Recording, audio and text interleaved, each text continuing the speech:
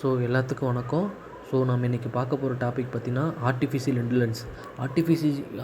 Intelligence அப்படின்னா செயற்கை நுண்ணறிவுன்னு சொல்லுவாங்க.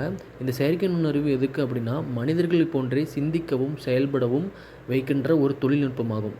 அதாவது இந்த காலகட்டத்தில் பார்த்தீங்கன்னா, இப்போ கரண்டில் பார்த்தீங்கன்னா அலெக்ஸா, சாட் ஜிபிடி போன்ற தொழில்நுட்பத்தில் பார்த்தீங்கன்னா இந்த ஆர்டிஃபிஷியல் இன்டெலிஜென்ஸ் வந்து பயன்படுத்தியிருக்காங்க.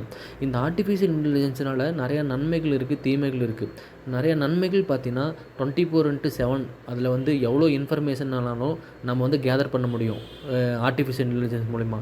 ப்ளஸ் வந்து பார்த்தீங்கன்னா மனிதர்களோட பிழைகளை வந்து ஈஸியாக கண்டுபிடிக்க பார்த்தீங்கன்னா இந்த ஆர்டிஃபிஷியல் இன்டெலிஜென்ஸ் வந்து பயன்படுத்தப்படுகிறது.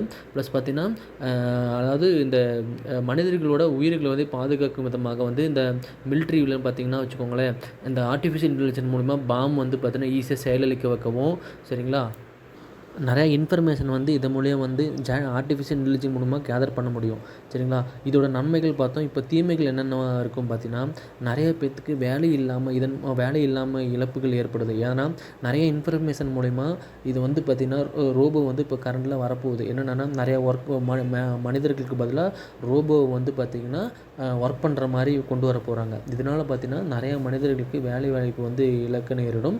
ப்ளஸ் வந்து பார்த்திங்கன்னா இதை வந்து மெயின்டைன் பண்ணுறதுக்கு பார்த்திங்கன்னா அதிக வந்து செலவீடு தேவைப்படும். இதோட காஸ்ட்டு வந்து பார்த்திங்கன்னா மனிதர்கள் கொடுக்கான சம்பளத்தை விட வந்து இதுக்கு அதிகமாக செலவுப்படுத்தணும் சரிங்களா, அந்த மாதிரி.